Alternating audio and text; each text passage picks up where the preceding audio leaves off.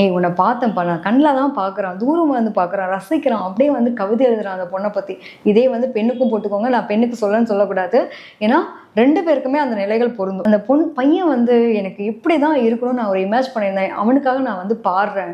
அவனோட வார்த்தைகள், அவனோட விஷயங்களை பற்றி அப்படியே அழகாக வர்ணிக்கிறது, வார்த்தைகளால் பேசுறதுக்கு பதிலாக ஒரு கவிதையா, பாடலா அதை வடிவமைக்கிறது. இதெல்லாம் யார் அப்படின்னா நம்ம மிதனத்தில் பிறந்தவங்க தான். கவிதை எழுதி காதலிக்கிறவங்க இவங்க தான், பாடியே கரெக்ட் பண்ணவங்களும் இவங்க தான். இப்போ எந்த அளவுக்கு அதிபுத்திசாலியாக இருப்பாங்கன்னு பாருங்களேன். சூப்பராக வந்து இவங்களுடைய லவ் லைஃப் வந்து செம்மையாக இருக்கும்.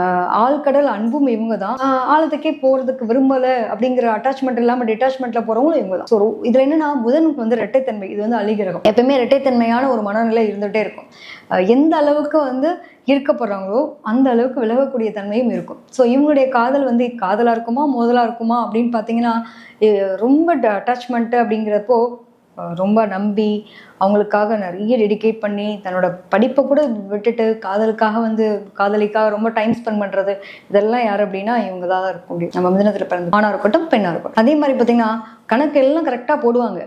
ஏன்னா ராகுட நட்சத்திரம் இருக்குது, திருவாதிரைலாம் இருக்கு இல்லையா. ஸோ ரொம்ப அழகாக வந்து எதையுமே பிரம்மாண்டமாக யோசிக்கிறது. எவனுமே இப்படி லவ் பண்ணக்கூடாதா, நான் அப்படி லவ் பண்ணேன் அப்படின்ற மாதிரி இறங்கி தனக்கான வேலைகளை வந்து செய்யக்கூடிய நபர்கள். அதாவது ஒருத்தன் யோசிக்கவே முடியாத விஷயத்த செஞ்சு காட்டணும் அப்படின்னா இவங்களால மட்டும்தான் முடியும். அந்த அளவுக்கு ரொம்ப மேதாவியாக இருப்பாங்க. கரெக்டாக